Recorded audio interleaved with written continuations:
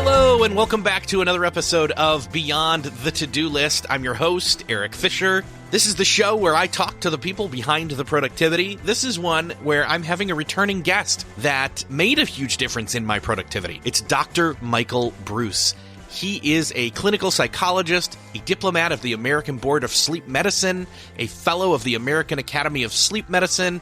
He's previously been on the before talking about his book, The Power of When, Discover Your Chronotype. If you don't remember what a chronotype is, don't worry. We're going to briefly cover that in this conversation and then meld that into the new book, which is called Energize, that he co-wrote with Soul Cycle founding instructor Stacey Griffith. This book's called Energize, and that's the point. Getting more energy, having more energy, storing up more energy, using energy better through not only sleep, which has to do with the chronotype, like we said, eating a better diet, or eating at the right times of day. We're going to talk a little bit about intermittent fasting, and we're going to talk about movement, motion, activity. And no, I don't just mean working out. I mean stretching and or doing certain motions at certain times of the day, again, based on your chronotype, based on your body type, and based on your diet and all of the above moving together. That's really the beauty you get here when you've got a sleep doctor and a Soul Cycle instructor merging the physical side of things and the sleep side of things to this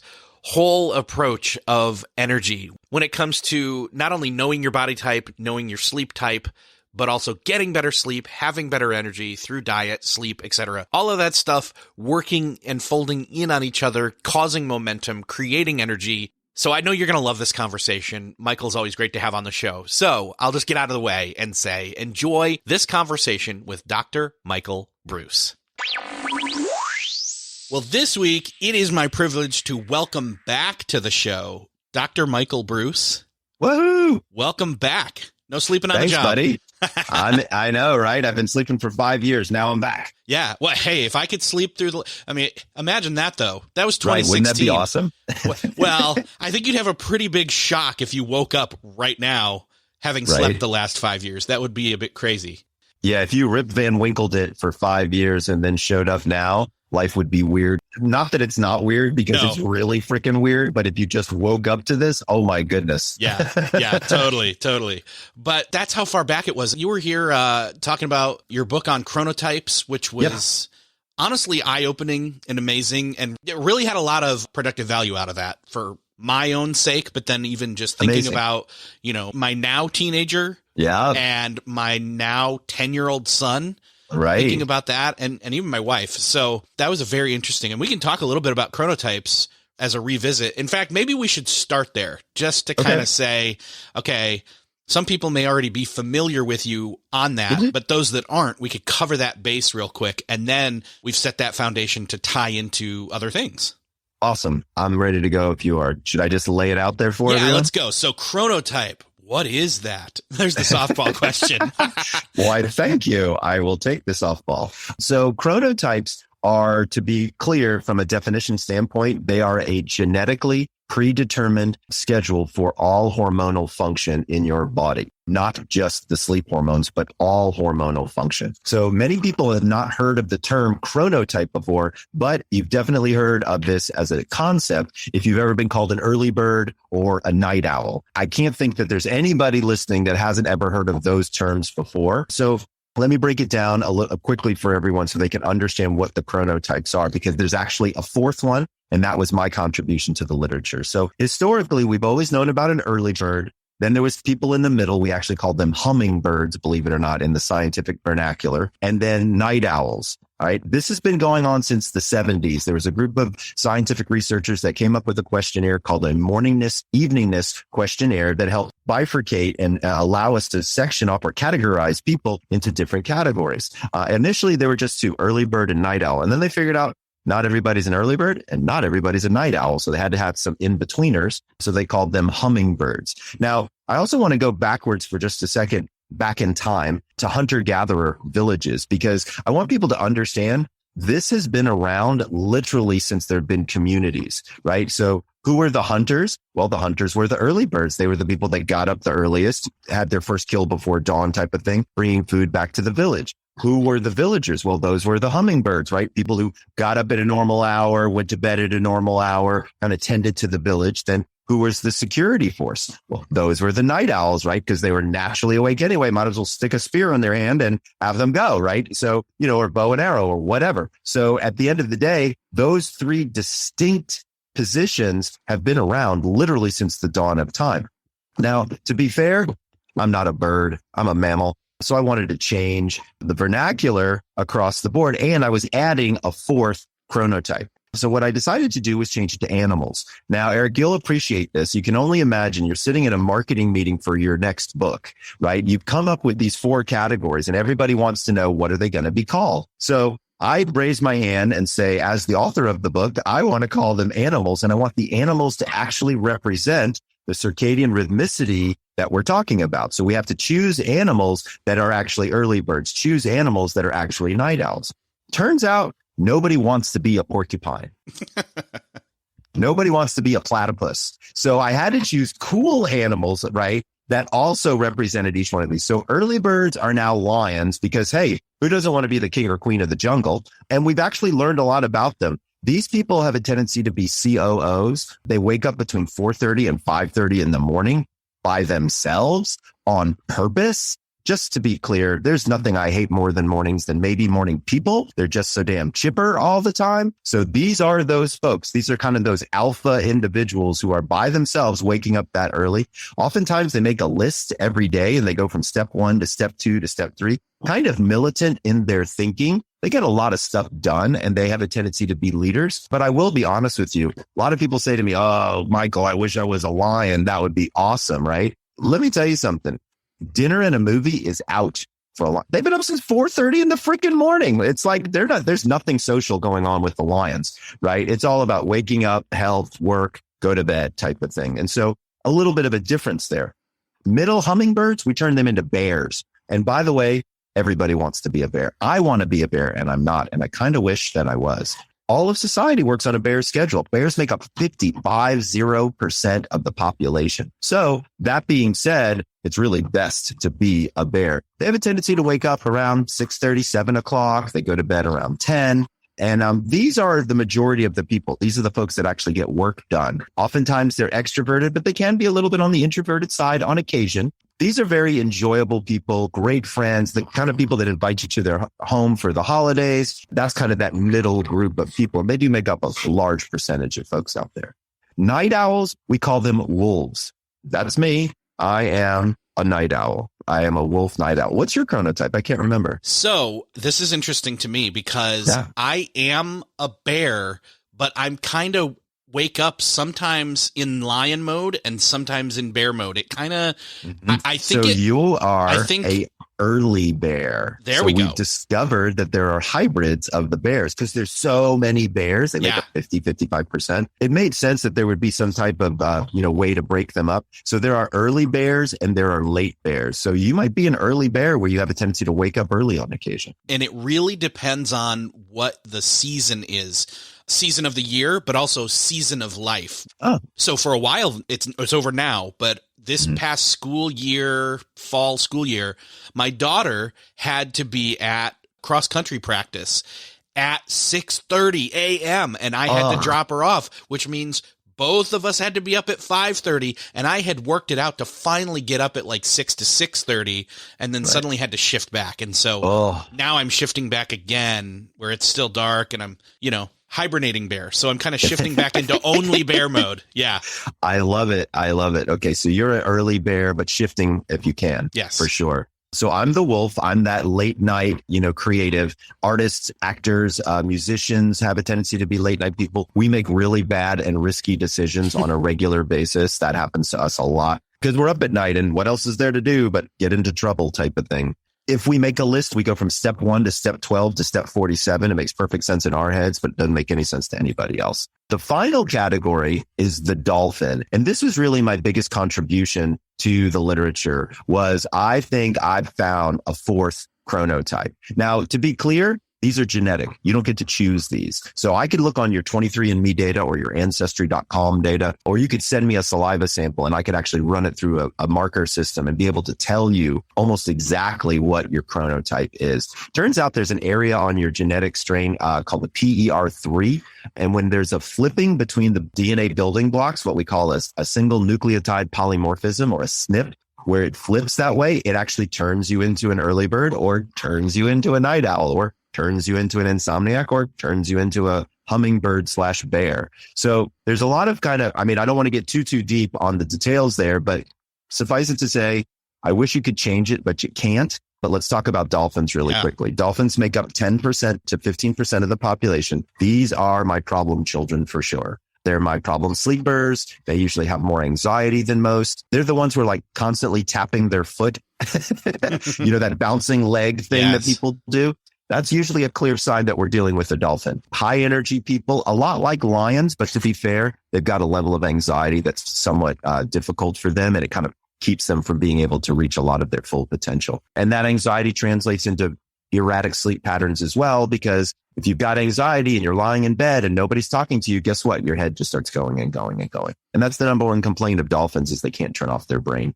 Now, lots of people have that problem. You're not only a dolphin if you have that issue, because you can be a wolf, a lion, or a bear and still not be able to turn off your brain. But those are the 4 chronotypes. If folks want to figure out what your type is, you can go to chronoquiz.com. We mentioned that in the previous podcast, but we'll mention it again. That will tell you just what your chronotype is. But we have some new interesting stuff going on where you can learn your chronotype and something called your body type. Well, and that's exactly where I was going to go next, because with this new book called Energize that you co-wrote, there was another type. Yeah. And I thought, ooh, cool. I loved the previous chronotype. What's a body type? So there are 3 different body types. I'd love for you to jump in and, explain what those are. And then how do those tie into chronotypes? Exactly. So first of all, great question. So if you remember back to high school biology now, I know that's a stretch, but if you think about it, you actually learned the body types back then. So it's called an endomorph, a mesomorph, and an ectomorph. So ectomorph, ECTO, are kind of my long and lean people. They usually have a tendency to be relatively thin and not carry a lot of weight on them. My mesomorphs, usually their shoulders are wider than their hips. They have a tendency to kind of hang weight on their frame in more of an athletic build or a V-shaped. And then my endomorphs have a tendency to be more of a rectangle shape. They have a tendency to carry a little bit more weight, especially through the belly or in the hips for women. Those are my endomorphs. When you look at those different body types and you look at them very specifically, it has a lot to do with the speed of your metabolism. Long and lean have a tendency to be thinner. Endomorphs have a tendency to be thicker. So that's hint number 1 as to what we need to think about when we're thinking about chronotypes and we're thinking about body types. But let me tell you the story of how I got involved with body types, because it was with my co-author, Stacy Griffith. So for folks who don't know, Stacy is one of the founding trainers of SoulCycle. If you don't know what SoulCycle is, it's that indoor bicycle place where you go like crazy and there's music going and it's lots of fun. And it's very motivating, by the way. I've been to many of her classes. They're super fun. We became friends. She's a famous instructor in Los Angeles and in New York. We had become friends. She had asked me for some advice on sleep. I'd asked her some advice on fitness. We started talking and she said to me, Michael, my clients are exhausted. I'm like, what are you talking about? You work them out. I mean, they should be in great shape. They should have tons of it. And she's like, no, they're constantly exhausted. So I started asking questions about sleep. And then I said to her, I got to be honest with you. A lot of my patients tell me, even when they get good sleep, that they're not feeling energetic. And she was like, so we both kind of, believe it or not, Eric, the original title of the book was going to be called Exhausted, but it was just too negative, Yeah. So we were like, we're going to go energize and teach people how to be positive. But we kind of came together and I said, my patients need to be doing your exercise routines, and your exercise patients or clients rather need to be doing my chronotypical sleep schedules. And so we were like, we got to write a book. So let's kind of try to figure this out. So there you go. Yeah, that's great to know. So then how do the 3 body types connect to the 4 chronotypes? Okay, it gets a little interesting here. So in one particular area that you wouldn't expect, we see a complete combination, and it's actually quite helpful. Intermittent fasting, believe it or not. So that's not what you were expecting me to say, Not at I'm all. sure. No. Right. So when we think about our bodies and we think about energy, we really have to think about what are the different types of energy that are out there and how do we utilize them appropriately to maintain consistent, clean, good energy. You can't think about energy without thinking about fuel, right? So a car's got to have fuel, a body's got to have fuel. So number one, what is the most energetic way to diet? Not what you diet, but way to diet. And there's lots of data on intermittent fasting or what we call time restricted feeding, right? And so it's all based on this idea called autophagy. So autophagy is a scientific term which has to do with our body's ability to metabolize both carbohydrates and fats. So when you put carbohydrates and fats into your belly, your body goes through them at a particular pace. Once it's done, it then moves on to burn straight up fat. Now, why is that important? When your body is burning carbohydrates, it's highly inefficient, not good energy. Plus, depending upon what the carbohydrates are, it's not going to be burning the fuel that you want. Think of it as leaded fuel with all the sugar and the processed food and all of those things. That's like putting leaded fuel into your tank, if you will. So being able to know when to fast becomes a very important deal. So what happens when you blow through that fuel that you put in, that unleaded fuel, you go to your reserve tank, which is pure racing fuel, right? It's like the best fat that you can possibly burn. And so that actually gives you a higher level of overall energy. So we always want to be getting to that, if we can, this state of autophagy.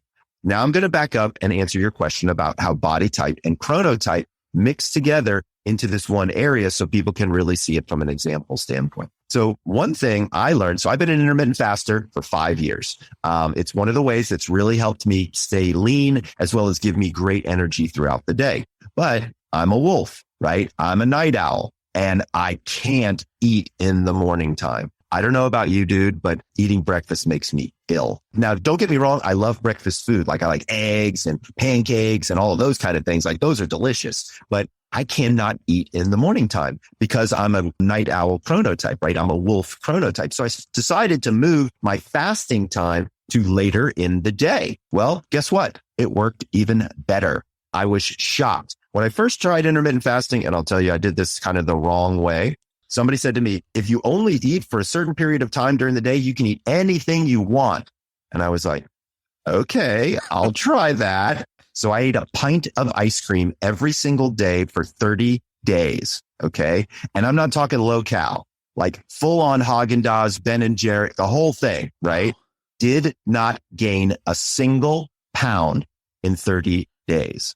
Okay. But the dairy almost freaking killed me. Yeah. All right. I mean, it was gross. So I'm never going to do that again. I'm probably moving more towards coconut milk and almond milk products now, but I don't eat ice cream every night. But the point is, you can do that. It's not the smartest idea in the world, but you can do that and maintain weight. Well, I wanted to lose weight. So I moved it to based on my chronotype. So I don't eat until almost 2:00 in the afternoon. And then I have a feeding window that's dictated by my body type. You were wondering when I was going to bring the body type in. Yeah. So ectomorphs are long and lean people. We don't want them fasting for long periods of time because they don't need to lose weight. So they'll start on a 12 and 12 schedule. Our mesomorphs, which are our athletic build, they may want to lose a little bit of weight, but not too much. So we're going to move them to a 10-hour feed, 14-hour fast. And then our endomorphs who definitely want to try to lose weight, we put them on an 8-hour feed, 16-hour fast. So you see how I did that? Your body type determines the length of fast and your chronotype determines when you fast. That's how we combine the two to give people an idea of exactly what to do in the area of food choice. Well, not food choice, but rather when to eat and how long to eat. Okay. So then for me as a bear, but early bear, and I believe I am, let me see if I can guess this right. I'm definitely not the endomorph. I'm not tall and slim. Ectomorph is long and lean. Here's the easiest way to tell, and all of our listeners can do this as well. If you take your thumb and your second finger and you put it around your wrist, you're not squeezing too hard. If you can touch, you're a mesomorph. If your fingers don't touch, you're an endomorph. And if your fingers overlap, you're an ectomorph. So that means that I would be an endomorph because they don't touch. Right. So you're a early bear endomorph. So then if I'm wanting to intermittent fast, which I've done before and had great success with and really enjoyed, but just kind of fell off the wagon with it and maybe wasn't doing it at the right interval or time. So yeah, exactly. I'm curious then. So an early bear, that's an endomorph. So what I would have you do then is you would do a 16-8 schedule, right? Because you're an endomorph. And then because you're a bear, we would move you to the right timing based on a bear schedule, which would mean you would probably start eating, I want to say around 11, but I'll double check because there's a lot of different combinations. There's like slow, medium, fast bear, slow, medium, fast wolf. So I don't have them all in my head, but we'll get it for you. You saying 11 is funny because that's usually when I found I wanted to have something. Yeah. And needed something. And like, okay, now it's unbearable. I need to have something unbearable, right. Meaning like, okay, I'm just really hungry, not starving or anything. Right. So let's use this as an example of 11 o'clock, right? We know if you're an endomorph, you're only going to feed for 8 hours. So if you start at 11, you stop at 7. And now you know the length of your feed and when to eat. What you eat is dependent upon you. I got to be honest with you, dude. That's a big topic. I didn't want to try to I'm not a nutritionist. Yeah. That's not my area of expertise. And so I said to myself, you know what? I'm not going to try to take that particular topic on, but we did uncover this really kind of secret weapon within intermittent fasting for folks. So I really want people out there, if you're going to try intermittent fasting, this is an easy way to start out to give yourself some parameters. Well, it's funny, as you said, 11 to 7. And that's the other thing is like, I always kept thinking, okay, I can eat dinner. We usually in my house have dinner around the 5 to 6 o'clock hour. And then you have younger kids. Yeah. And younger kids. And then I kind of say, I was kind of allowing, okay, somewhere in the 7 to 8 o'clock hour, I can have like some popcorn and like something to drink, and then that's it. And that's when I would try to cut it off. And so I was still maybe fudging the lines a little bit here. Right. Maybe sometimes it was 10 o'clock that I would start for the day. Some days it was, I better get that snack in tonight before 8 o'clock and then cut it off. But I was pretty much adhering to it. So, So all I want you to do is, you were really close. I would want you to back it up a little. Right. And so put yourself into that 8-hour window. So 11 to 7, and put an alarm on your phone at 7 that just says kitchen's closed. Right. Yeah. That's it. Kitchen's closed. And that's what you tell yourself, right? You turn the light off in the kitchen. Like, that's what I had to do. I actually had to turn the light off, and I had to make sure that I didn't need to go into the kitchen for anything else throughout the day, or throughout the rest of the evening, rather, just to get myself in that habit of not eating, because I was a late night snacker like you wouldn't. I mean, dude, I would be eating stuff until 11:30 at night. Just little stupid things that I wasn't even that hungry for. I'm just sitting there watching TV, and you throw one in your mouth type of thing, and you don't even think about it, and you start to pack on the weight. And that just, for me, wasn't comfortable. And so that's why I kind of started to, get a little bit more disciplined in my life in doing that. And honestly, dude, it's so much easier than having to think about what can I eat at 9 o'clock at night, as opposed to I just don't eat after 8 type of thing. Yeah, I'm done. I like the phrase, the kitchen is closed. It's very cool. Kitchen is closed. Yeah. It's like you're at a hotel and it's like, nope, sorry, cook's gone home. Exactly. It's like, room service is no longer available, sir. I'm sorry. So that's one of the reasons why we wanted to get people involved, because fuel is such an important part of energy, right? And so for that whole aspect, now you have your rules. Now you have your parameters. You can go forward and do that. Sleep, we do all based on chronotype. And so that was from my previous book, The Power of When, which you so thankfully interviewed me for a while back, and has made an effect in your life. We really felt that book was not going to be what it turned out to be. It turned out to be a great communication tool. We thought it was going to be a fun way to teach people how to do a few things, but people chronotype their whole family, just like what you did. Yep. And then you start to realize it. You're like, oh, you're a lion. That's why you've got so much energy at 6 o'clock in the morning. I'm a wolf. Leave me alone. And people start to understand, like, oh, I get it now. Like, your body type wants to do things at this time. Let's find our common ground and let's work together. I mean, I can honestly tell you that my relationship with my daughter is significantly improved simply because I knew and understood her chronotype. Yes. Yeah. I used to walk in the morning and say, hey, Carson, it's time to wake up. And she'd be like, ugh, leave me alone. Right. Like any teenager should. But if I walked in at 2 o'clock in the afternoon and I said, hey, Carson, how's it going? I could be sitting there for 90 minutes having a great discussion with my daughter about what she's learning in school.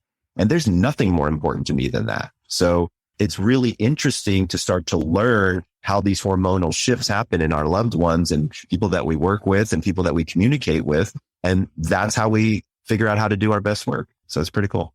A lot of people, obviously, have been and still are going through, and hopefully people are listening to this years in the future and there isn't a pandemic anymore, but we've been in one. And obviously that has affected sleep. And you did a survey in terms of getting research, anecdotal, et cetera, for the book. I'm curious, were there any standout pieces of information that either surprised you or you thought, oh, that's interesting, I got to dig deeper? There were several. So we actually did two different surveys, and I'm going to tell you about both of them. So one was specifically to the pandemic, looking at habits and how habits started changing over the pandemic. Oh, brother, let me tell you, nobody followed any guidelines during the pandemic. It was like, I'm going to stay up until 3:00 and watch Netflix every single night. I'm going to throw on a ball cap and jump on a Zoom call because I don't have a commute anymore. And I'm going to drink loads of coffee, and wine time is going to show up at 3:00 in the afternoon. And that's pretty much what's been going on for the last 18 months. We've seen a dramatic increase in caffeine consumption. I think our numbers showed like 17%. Alcohol consumption increased by 23%. But here's the super scary one. Sleeping pill prescriptions and antidepressants are up by over 20% during the pandemic. 20%. We're talking about putting people on drugs that they're going to be on for a very long period of time. We're talking antidepressant, anti-anxiety medication, not stuff you fool around with. That's something that you work with your doctor on. You got to find the right one. It can take a long time. Like there's a lot to doing something like that. 20-something% increase just based on all of the stress surrounding COVID. So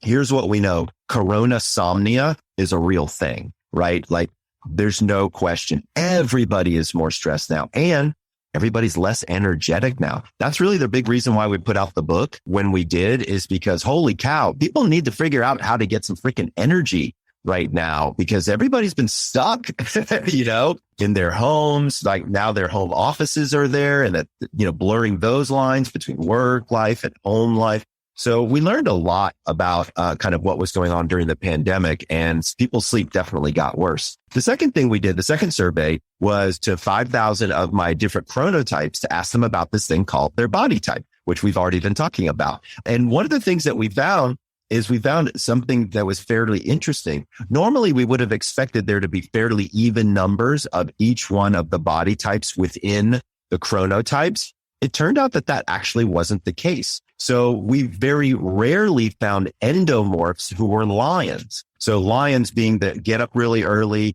high focus on fitness, very few sleep problems type of thing. They have a tendency to be the long and lean people. Whereas the endomorphs, who have a tendency to be little bit on the bigger side, they have a tendency to be very different in terms of they have a slower metabolism. And so they want to do different types of exercises. That was another thing that we started asking people their preferences.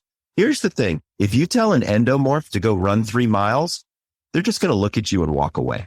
Okay. Because it's a miserable experience, right? You can't motivate somebody to do an exercise that they don't want to do. And when they do it and they fail at it, because endomorphs are not cardio people, right? They're never going to do it again. So we learned with endomorphs, we do major body exercises. Like they're good at push-ups. They're good at bench presses. They're good at knee bends and squats. They're good at moving big weight, right? Because they've got more girth to them that can support something like that. So we also learned through this survey what exercises they like and which ones they don't. We want people to exercise daily, but more important, we want people to move daily. There's two very big differences here, and I want to be very specific about this. So in the book, what we've done is we've created a movement schedule, not an exercise schedule. You're not going to sweat from this. You're not going to get bigger muscles from this, but you're going to get consistent energy because, as I believe it was Einstein said, a body at rest tends to stay at rest and a body in motion tends to stay in motion. I want to adopt those physical principles to the body and get people to move. Very interesting. So then let's go back to, hey, I love being a guinea pig, even though I'm a bear. I would say that you're a guinea bear. Let's use that. So if I'm a bear endomorph, what would that look like? We would call you a slow bear, right? So ectomorph is a fast metabolism. Mesomorph is a medium metabolism. Endomorph is a slow metabolism. So you're an endomorph. So you're a slow, early bear, right? Because you have a tendency to kind of wake up a little bit earlier. So we would have a very specific movement program for you. And I'll tell you what it would be. what we have people do, so in chapter 1 of the book, we have people monitor their energy. And I'll tell you why. Because most people don't know where their energy levels are until they're too low. Lots of people complain to me, oh, Michael, I've got no energy. Nobody's ever complained to me, Michael, I've got too much energy. Like, calm me down, Michael. Like that, I've never had that happen in my career. So people only seem to notice it when it's low, not when it's at their par or high. So we have people 5 times throughout the day for literally 1 second, really closer to a minute. You have put an alarm on your phone. So after breakfast, you check in 0 to 10. Where do you feel energetically? Then right before lunch, 0 to 10. Where do you feel? After lunch, just before dinner, and just before bed. So 5 separate times. Because what we have to do is we have to find your energy highs and your energy lows, because you don't even know what your energy lows are. If we figure out when your energy lows happen, we can figure out what type of energy is being zapped. And then we have a solution for that type of energy. So in the movement category, there's 5 separate movements. So as a slow early bear, I would have you wake up and you would do stretches only for 5 minutes. And it's nothing crazy. You could even do it while you were brushing your teeth. It's arms up, it's arms to the side, it's arms out. It's doing a little of these, literally just to kind of get the body moving, because you've been lying in bed for, 6, 7, 8 hours. We want to kind of get you going here. The second movement strategy is a shake. So you have a dog. You know what I'm talking about. What happens when your dog wakes up? They do that crazy shaky thing.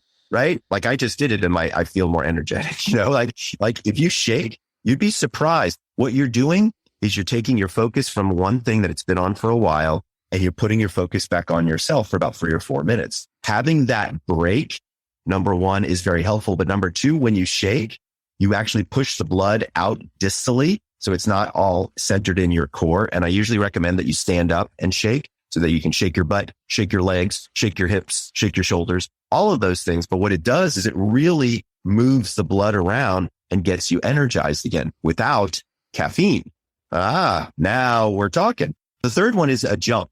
And so jumping jacks, you can actually have a trampoline, one of those little rebounder things that you probably had in the closet and haven't used in a million years. Crack that sucker out and bounce on it, jump up and down, literally skip 5 minutes. That's it. We're not talking about breaking a sweat here. We're just talking about giving yourself a break. Because remember, sitting is the new smoking. Okay. The more we sit, the worse it is. So all this is doing is getting you to move your body a little bit. The fourth one is called a build. And this is where we use a major muscle group. So a push up, a sit up, a deep knee bend. Again, something to just get those muscles active. Again, this is not your exercise program. This is your movement program to just keep you with this consistent, clean energy. And then the final one is a balance. So at the end of the night, we have people do like a tree pose. We have people doing different balance work. Number 1, you can't think of anything else. And number 2, it slowly gives you, some runway to sort of land that plane. We give you very specific times to do all of these. We call this the 5 and 5. So 5 exercises for 5 minutes apiece. But this is your movement schedule. It's specific based on your chronotype. And we give you movements that your body type would like. So as an endomorph, we're not going to be asking you to go do cardio for 5 minutes because you would hate that and you would never do that again. But we might ask you to do 10 push-ups, right? Because that's something that you could probably do pretty easily. So keeping that motivation is good because also once you achieve the goal, we get the happiness factor, and that has to do with emotional energy, right? So there's 4 different types of energy that we address in the book. Food energy, we've kind of already talked about that with intermittent fasting. Movement energy, which we just sort of went over with the different movements and different muscle groups. We have emotional energy, which I just highlighted a little, but we could definitely double tap more on that. And then something we call resting energy, not sleeping energy, but resting energy, which is kind of a new area to discover as well. Very cool. So we've talked about 2 of those 4. Mm-hmm. Let's talk about the third one, which was emotional energy. And then let's talk about that last one. And then I've got a curveball question. Ooh, I can't wait to throw into all the mix. So. I love it. I love the curveball. Yes. Okay. So emotional energy. Here's the thing that a lot of people don't think about it. In our lives, there are people, we have to label them as emotional vampires. Okay. You know who they are. I know you do, right? There's some one person, maybe 10, hopefully you're not married to them, but you might be, that they suck the life right out of you. Maybe they're a negative person. Maybe they're going through a really hard time right now and they really need a lot of you and your energy and it's pulling it out of you. There's a lot of reasons why these people exist and it's not always their fault. And sometimes we're really trying to help them out, but we have to be guarded with our own energy, because if we give too much of it away, then we will burn out and it won't be good. So I've got several different solutions when you've dealt with an emotional vampire. And one of them is be kind. Kindness changes your entire energetic profile. When you do something that's a kind act for somebody that you care about or that is in need, you feel good energetically. You've given energy to help somebody in a situation that they may need help in, and you feel good about having done it. It literally changes your entire energetic profile just by being kind. More simple one, music. Okay. So I'll give you a great example. So my son, Cooper, hates to get up in the morning. He's a teenager. Of course he hates to get up in the morning. He's 19 years old. When he was living here at the house, here's what I said to him. I said, you get to be the morning DJ.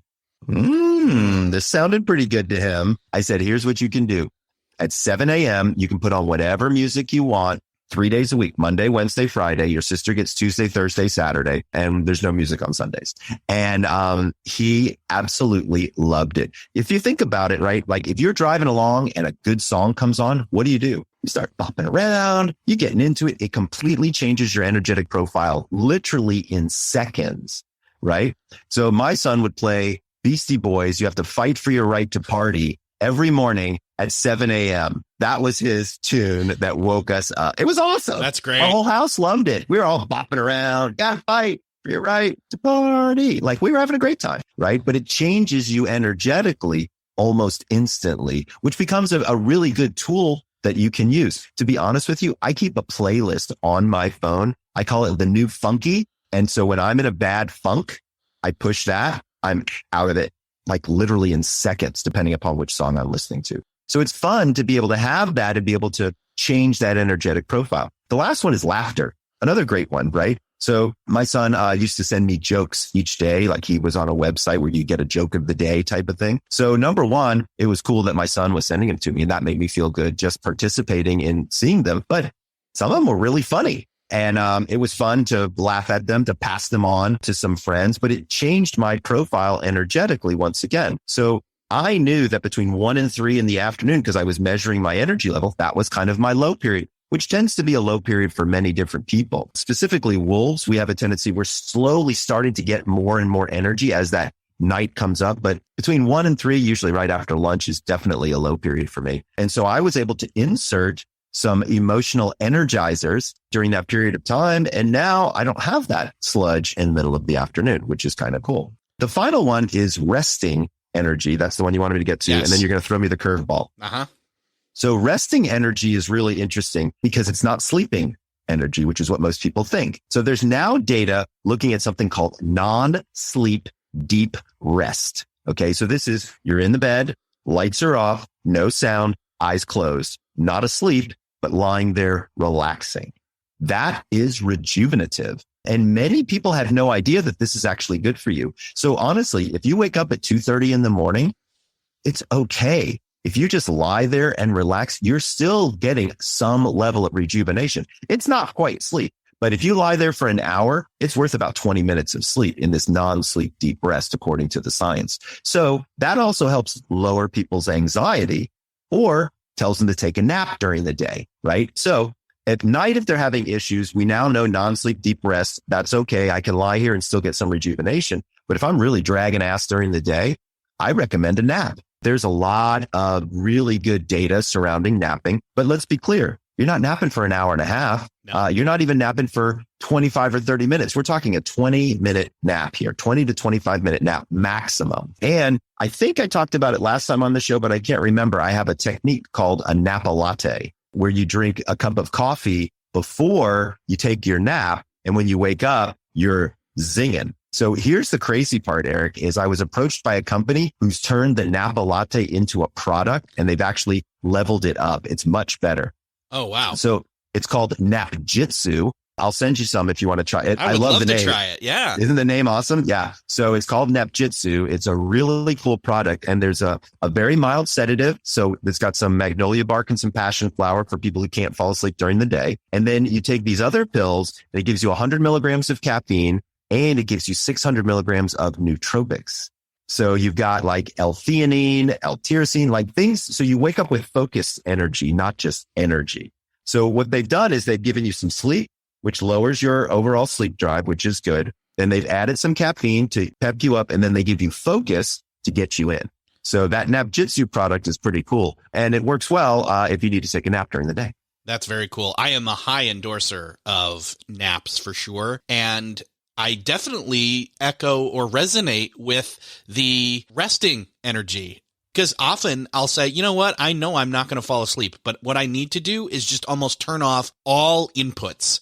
And so I'll get in I'll go to the bed and I'll turn it, I'll make it dark, or I'll put a mask on to cover my eyes and just, I use masks all the time. Just reduce sound, sight, light, all those things. All stimulation. Yes. All stimulation in other words, because we're constantly overstimulated, staring at screens and bombardment, noise, sound, sight, all that kind of stuff. And so to have that, it's almost like create your own hyperbaric chamber in a way. Right? Absolutely. But dark. Yes, but dark. Exactly. So that's very cool. Very interesting. And yeah, I definitely want to try Nappuccino. Oh, not Nappuccino. I've heard somebody else refer to this, take the shot of coffee. Like they'd do it one espresso shot and they'd call it Nappuccino, but I want Napjitsu. So you do. Yeah, trust me on this one. I'll have some sent to you. No problem. So I know that my curveball is probably not going to be much of a curveball because it has to do with caffeine. And we've already transitioned there unintentionally, which is great. So I'm going to go back and I'm thinking of the intermittent fasting and the role that caffeine would play in that. So if I'm, if I am a slow early bear, but I'm not supposed to be eating until 11, where does coffee fall into that? Great question. So the good news is coffee is almost 0 calories if you have it black. So don't put any sugar, don't put any cream in it. And you can start drinking coffee as an early bear approximately 90 minutes after your normal wake up time. So if you make your wake up time consistent, which it should be, then 90 minutes later. So I'm guessing your wake up time is around 7:30 or so. Does that make sense? 6 to 6:30. Okay, 6 to 6:30. So you are an early bear. Yes. Got it. So you are an early bear. So then if you're getting up at 6:30, then you could have your first cup of coffee at 8 o'clock. And it won't affect your intermittent fasting, but you can't have more because remember, black coffee has almost, I think it's like 0 calories or like 1 or 2 calories in it. So just be careful and drink your coffee black. Don't have cream or sugar in it and you should be fine. It won't affect your autophagy at all. Got it. And so then additionally, having maybe more coffee later in the day, maybe that would be when to tie it into not coffee, but the Napjitsu, tie that into a natural trough of energy, make that the extension into the rest of the day. Exactly. So one of the things that's interesting is there's been a lot of data by Dr. Sarah Mednick. She's a napping researcher, believe it or not. And her data, which is very good, shows that you should nap approximately 7 hours after you wake up. That seems to be the timing of the best possible nap without it being so disruptive to your sleep at night. So if you wake up at 6:30, the timing of your nap 7 hours later would be 1:30. I think I did the math right on that. So yeah, that would be perfect. So right when we said between 1 and 3. Yeah. So pretty much when we get done talking, I should go take a nap, in other words. Yeah, pretty much. The other thing is then obviously we don't want to have, I believe it was you or it was somebody else, but the half-life of caffeine where it's still left in your system. Correct. Depending upon your chronotype. Yeah, exactly. So let's talk about that for just a second. So the half-life of caffeine is between 6 and 8 hours. Lions have a tendency to metabolize faster than wolves. That's just kind of where it's at with them. But generally speaking, that means half of the caffeine is still going to be in your system. So if you stopped at, let's say 2 o'clock, which is my general recommendation across all chronotypes, is to stop caffeine by 2 p.m., you still have 50% of that caffeine in you. So you need to be careful about how much caffeine you put into the system, right? So I would tell people, if you can keep it to under 2 to 3 cups in a day, you're going to be in good shape, and stop by 2 at the latest. It shouldn't have too much of an effect on your sleep. But as an example, if you're a dolphin, who's my high anxious individual, who's got high energy levels anyway, I don't want you drinking caffeine. That's a mess, right? That's just, so I would have you stopping much earlier if you even need caffeine. In all honesty, for my dolphins, I like them to either exercise or have sex in the morning because it actually helps calm them down because they get some of that energy out, and that can be very helpful for them. So for my dolphins, I try to keep them away from caffeine if I possibly can. Yeah, so don't feed the dolphins caffeine. Sounds like a good rule for humans and literal dolphins. Yes. Well, Michael, it's been awesome talking with you. We're going to have to do this again and unpack even more as we progress through our current state in history and the way we can get better sleep. But I want to get people to where they can get the book. You mentioned a URL earlier. Let's say that again, and any other place we need to get people to get their chronotype, their body type, the book, all that good stuff. So one website will do it all. If you go to energizemyself.com or myenergyquiz.com, either one of those will bring you right to where you can buy the book, take the quiz, learn more. You'll love it. I promise. And if you want to learn more just about me in general, follow me on social. My handle is The Sleep Doctor. Doctor's all spelled out. Awesome. Michael, it's been great talking with you, and let's not wait 5 years to do it again. I know it. Tell me something, Eric. I am thrilled to be here. I'm thrilled that you're still here. This is a long-running podcast, which means you've got great listeners, great content. I cannot thank you enough for having me on the show once again. I really appreciate it. And thanks to all of your tribe members for listening. Well, that's another podcast crossed off your listening to-do list. I hope that you enjoyed this conversation with Dr. Michael Breus. I always enjoy talking with him. He's so energetic. Obviously, he's getting enough sleep. So I think that warrants a little bit of credibility towards what he's been saying in the episodes he's been on. I know that the chronotype really helped me out back when I first talked to him about it a few years ago, back in 2017-ish, I think. And I think this is yet another book that's going to combine not only the findings of using the chronotype and leaning into it, but also your body type and even intermittent fasting. Again, that's done wonders for me in the past. Been doing it again recently since I talked with him, recorded this a little while ago before releasing it. And I gotta say, I am feeling more energetic, more awake, even with this darker, more gray out weather that this time of year in winter has for us. It's been helping a bit. So leaning into the chronotype, leaning into the intermittent fasting, doing the activities as small and as simple as they can be at the times that I need to be doing them, it's starting to make a big difference. So I encourage you to grab not only his original book, but this new one as well. And you can find both of those at the show notes for this episode at beyondthetodolist.com.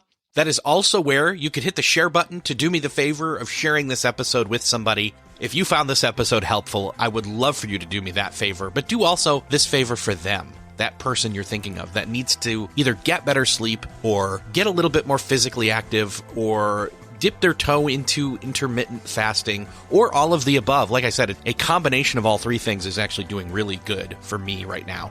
Can't wait to see what more progress happens in that area. But if you wouldn't mind, share it with that person you're thinking of that you know needs to hear this conversation. Hit the share button in your podcast player app of choice, wherever you're listening to this, or over on those show notes, like I mentioned. And that would be an amazing favor for me and for them. Thank you so much for sharing.